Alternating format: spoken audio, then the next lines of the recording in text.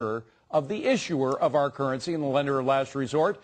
After lending more than $2 trillion in loans and getting back collateral that we know little about, is the central bank of these United States in trouble?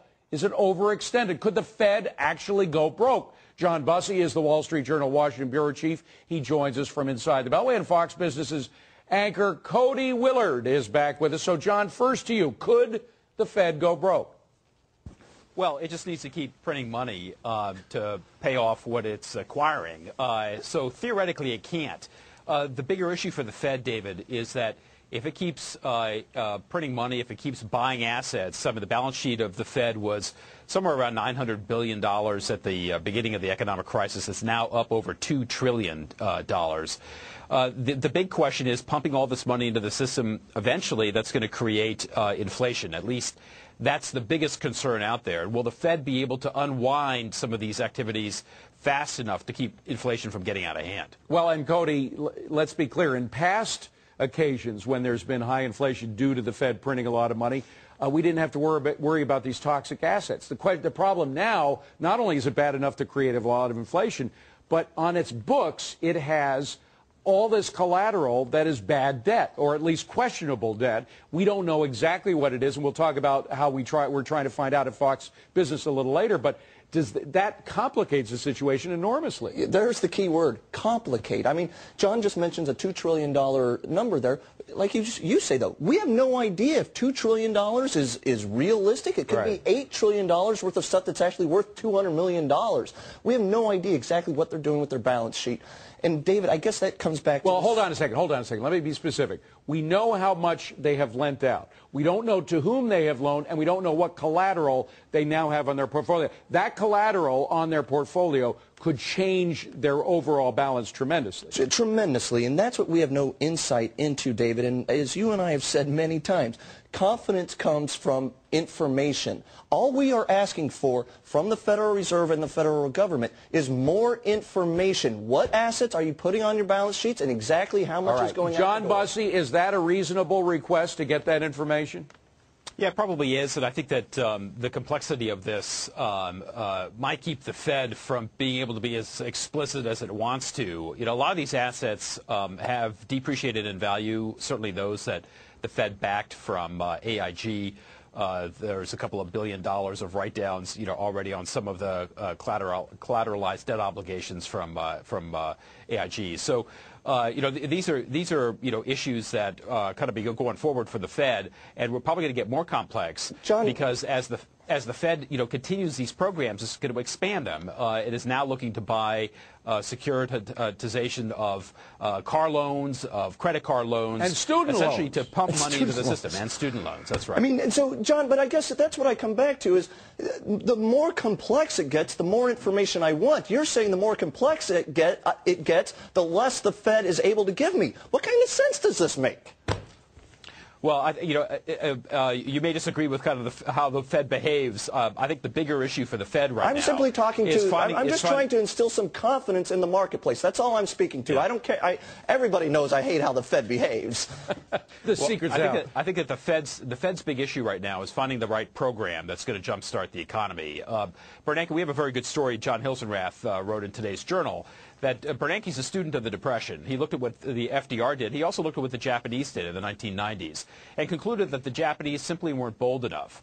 So he is the Fed governor and various Fed bank presidents around the country, Geithner included, are trying a number of pretty bold programs. And the instinct now is to be aggressive. And some of that aggressiveness may come back at us with inflation, but much bigger concern to the Fed is that you get an economy in stasis and it just worsens and chews on itself, basically, keeps getting worse and worse and worse. But, John,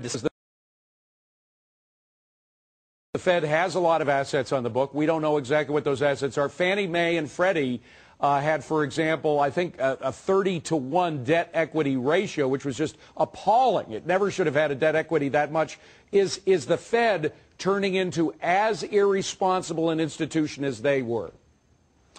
Well, that's, again, up to your own opinion, David. At some point, the Fed's probably Well, you can't make an opinion unless you know what's in it. So, for that reason, we're pursuing this lawsuit against the Fed. But again, if in fact the Fed's balance sheets look as bad as Fannie and Freddie's did, which we thought was a okay institution years ago, are we in trouble? Well, it's hard to look as bad as Fannie and Freddie if you, as the central bank, can print money. And that's what the bank is doing.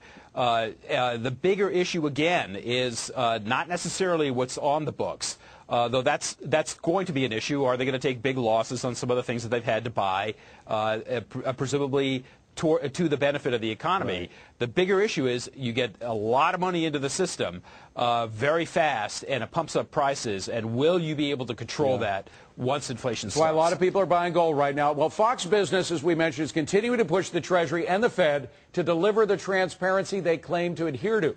But we have filed a Freedom of Information request to get details on how much, where, and to whom all those billions are going. We still have received no information. We've been met with a lot of bureaucratic excuses and delays, but no specific information. Attorney Steve Mintz is representing Fox Business. He joins us again with the very latest. So are we suing or not? Well, we're getting much closer. So far, we've continued to get the runaround, and, well, that's a legal term. That means we're not getting, what we want. We're in letter writing. We're not getting responses that are sufficient. All of the deadlines have passed. By the time we hit Wednesday, we will have had 4 deadlines. 4 deadlines will have been passed with no excuses, no explanations, no documents, no information.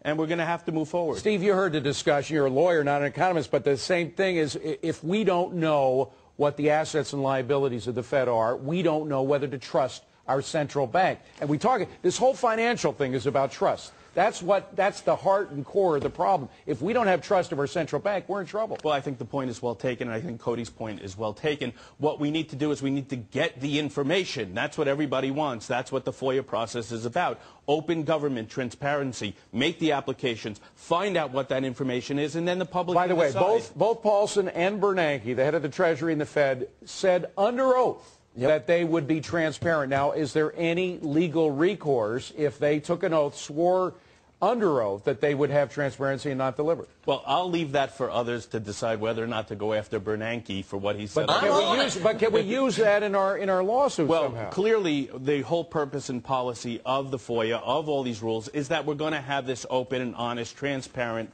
viewership so we know what's going on.